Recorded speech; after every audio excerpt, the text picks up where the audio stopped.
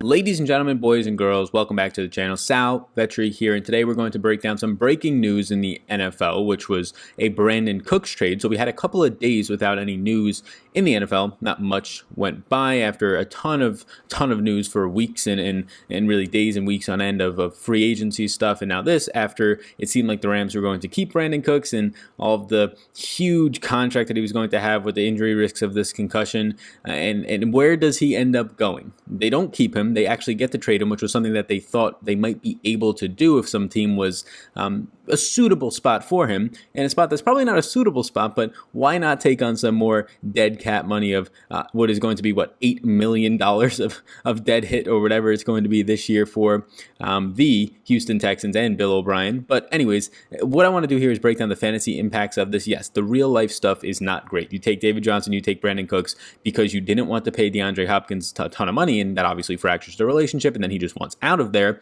Well, now you're stuck paying two players who are less superior to him, even added together probably for the talent on the field, even more money, and it costing you even more in dead cap space. So yes, in real life, not great situations for them. But look, this is what happens. People's narrative is, oh, this team is so bad. Yes, it's managed terribly right now. But when we're looking at it from a fantasy standpoint, and we don't care about the dynasty implications, if you're talking about this specific fantasy football season and even for a few to come, yes, it looks pretty good. You still have a fantastic quarterback, and you have suitable wide receivers, right? Brandin Cooks now has definitely been a fantasy viable, and more than that, fantasy darling at times, deep threat wide receiver when he was with the Saints, the Patriots for a time, and then obviously with the Rams and their famous three wide receiver sets the past couple of seasons. And now you're going to have out there Will Fuller and Kenny Stills. Who knows what they're going to get going with David Johnson? But come on, you have talent here, and the big question is if they all stay healthy. But I want to break this down from a fantasy perspective. If you're brand new to this channel, to this podcast, my name is Sal Vetri.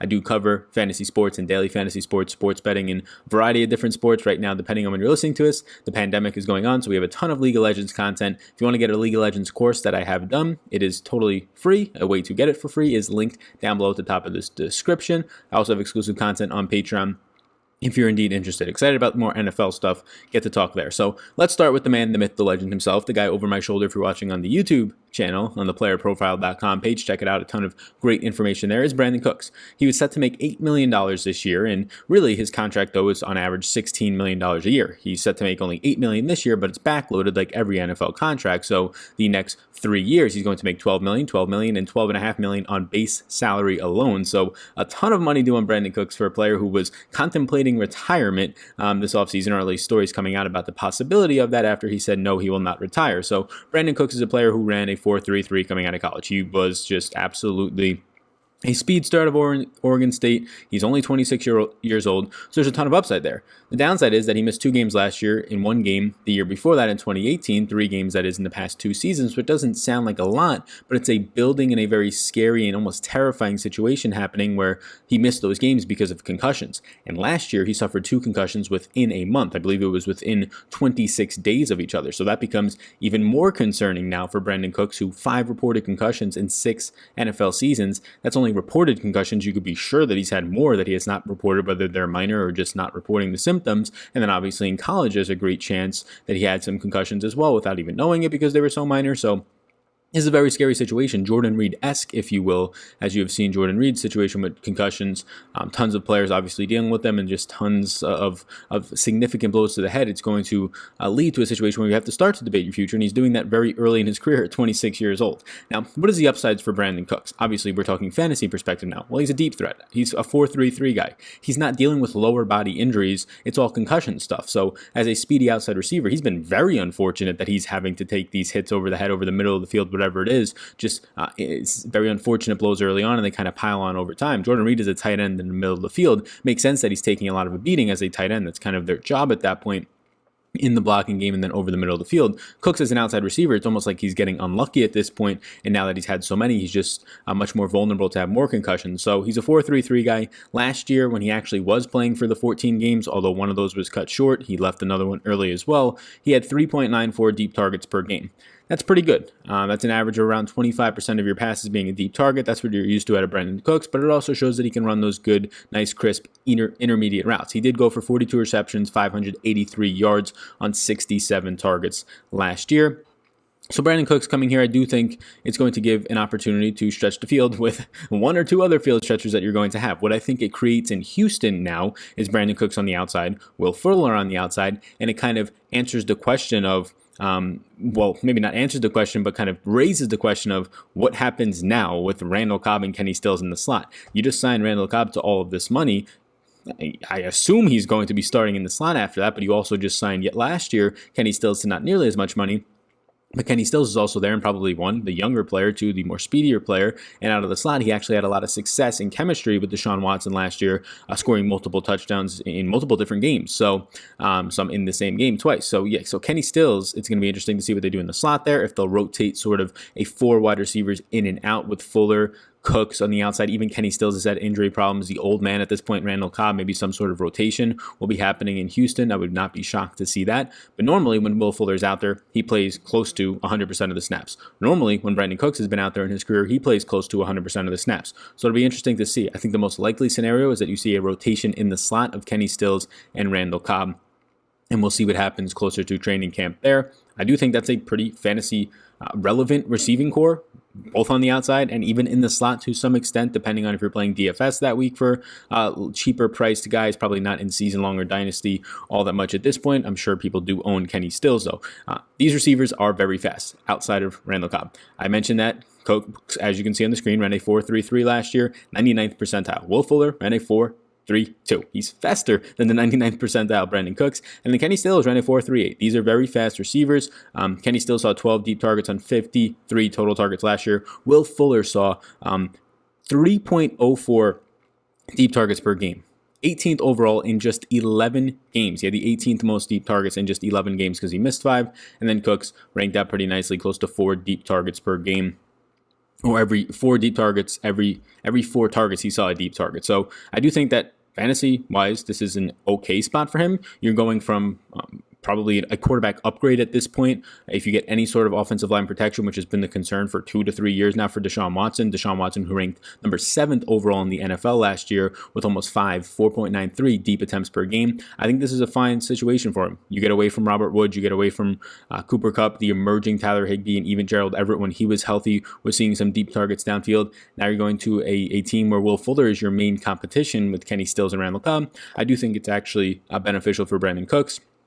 It obviously is going to impact the target shares of Kenny Stills a ton and Randall Cobb. I think it's going to have to impact Will Fuller, who is a clear-cut number 1 and now is going to be sort of this 1A, 1B out there, and definitely helps without question Deshaun Watson when you don't have to rely on inconsistent Kenny Stills, injury-prone Will Fuller. Now you have another injury-prone guy out there, but it's more so not lower body stuff like a speedster like Will Fuller has been dealing with over the past few years, more so unfortunate and unlucky really hits to the head, blows to the head for Brandin Cooks. So now what does this leave in Los Angeles with the Rams, right? Well, they end up acquiring a second-round pick, the 57th overall. Maybe at some point in this draft, they draft a wide receiver. I would assume they do that. They played around with some wide receivers in the preseason last year, but they never play their starters in the preseason. So you can be damn sure that none of those guys were actually going to see the field, and they didn't in the regular season. The Rams are very known the last 3 or 4 years, really, since Sean McVay got there, to run a ton of 3 wide receiver sets, and in those 3 wide receiver sets, not really rotate through your wide receivers all that often. Now, last year, when they were both healthy, Everett and Higbee, their tight ends, they were using a little bit more 2 tight end set, and there was a kind of a push by Sean McVay towards the end of last year once he saw what he had in Higbee, once he saw what he had in a healthy Everett, to use these guys more. So they used more 2 tight end sets as the season went on last year, and that's something that heading into this year we were assuming they were going to do more of, and now with Brandin Cooks out the door, you can only assume more so that you're going to see a little bit more 2 tight end sets on the field, which is not something that you're used to. Now, I don't think it's going to be anything spiking a crazy upside percentage. 3 wide receiver sets, using motion, all the things that McVay has been doing over the past few years is the way to continue to go. So I do think you'll start to see that more, but maybe the offense changes a little bit with Henderson back there, not Todd Gurley. Not as much as a pass-catching threat, I guess you can say, than when Todd Gurley 2-3 years ago. Maybe you get a little bit more downhill running, 2 tight ends just naturally on the field more. You see some of that. Now, the most likely scenario is that your 3 wide receiver set is Cooper Kupp in the slot, Robert Woods on the outside, and Josh Reynolds, who is due so far this year $2.13 million base salary in what is going to be 2020, his contract year. Next year is going to be an unrestricted free agent. So what you get out of Josh Reynolds is a player who, once again, they only used around 3 wide receiver sets all season long. The 4th wide receiver at best would see 10% of the snaps in that specific game. What you got last year out of Josh Reynolds was actually pretty nice. 7 deep targets on just 39 total targets. He can take on this role on the outside. He's kind of blossomed now behind these types of players, behind really good wide receivers his whole career. I do think Josh Reynolds is a kid who has some talent, and we'll see if separation is going to be his biggest thing. We know that Brandin Cooks can get separation both vertically and in an intermediate range, and even in the short slant game, not as much of a technician, but he has that ability. We'll see what Josh Reynolds can do as more of a non-traditional just jump ball receiver, not so much going to be a technician, not so much really going to burn you either. So I think that's the most reasonable expectation right now. Obviously, if they draft a wide receiver in the first 3 rounds, well, then you can be sure that that's probably somebody who's going to push Josh Reynolds for a starting job at that point based on how loaded this wide receiver class is. I'd be shocked if they didn't. So I do think it's going to impact there. It's going to impact a ton of more opportunity for Robert Woods, who was already ranked number 12 overall in the NFL in targets, 8th in receptions with 90, and 6th in routes run overall with 602.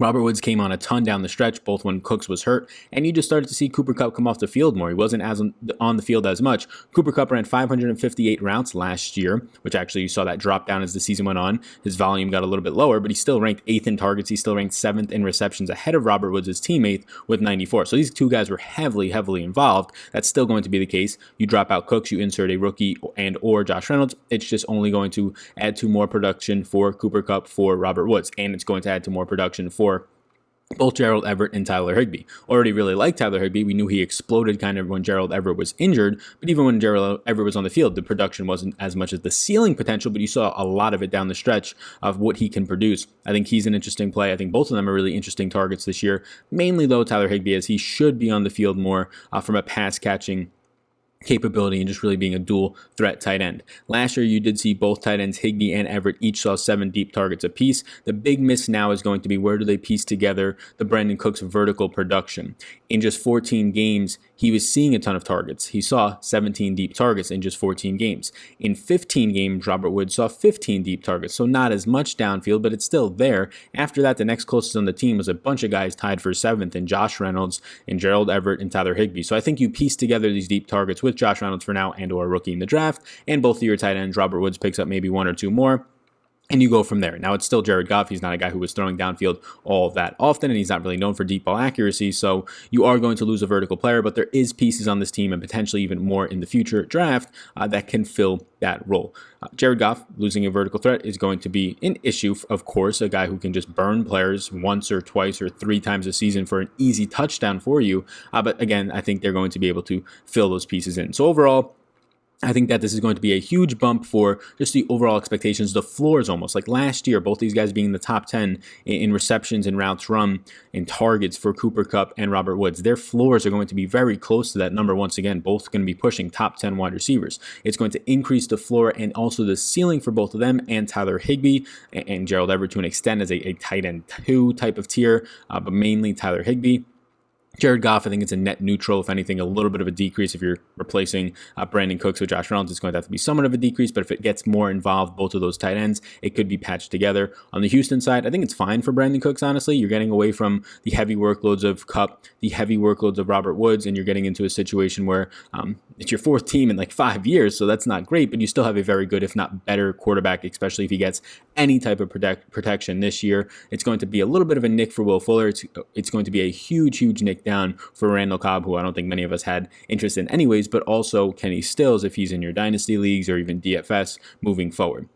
So I appreciate you tuning into this video. Definitely a bump up for Deshaun Watson as well. Appreciate you tuning into this video. If you want to get a free access to the League of Legends course I made, if you're watching this recently, you can check that out down in the description. Otherwise, you can check out the exclusive Patreon content that I have. I'll have some season-long stuff coming out soon as well. Thanks for tuning in. Hit that subscribe button before you go. My name's Sal Vetri. Appreciate all of you. Let me know in the comments, what do you think about this trade? I'm very curious to see what people think about it. Well, I guess not curious. I know the answer. I'm sarcastic almost saying that Bill O'Brien's dumb. Yeah. But what do you think about it for fantasy implications, right? Taking out the real life finances, the economics of the teams. What do you think about it from a fantasy perspective? Thank you. I will see you in the next one. Thanks for tuning in, and I hope you enjoyed that video. Above my head, if you're not already subscribed to this channel, I do ask you if you can please hit that subscribe button. It helps me out a good amount to reach more people. You can also follow me on on Twitter. That's over there. Right in the corner is my @SalVetryDFS Twitter. And then above, you'll find my Patreon link. You can click on that if you want more exclusive content for me. Or a video is going to pop up. So why don't you check that one out as well. I think it's going to be beneficial for you. Thank you so much again for tuning in, and I hope you have a fantastic rest of your day.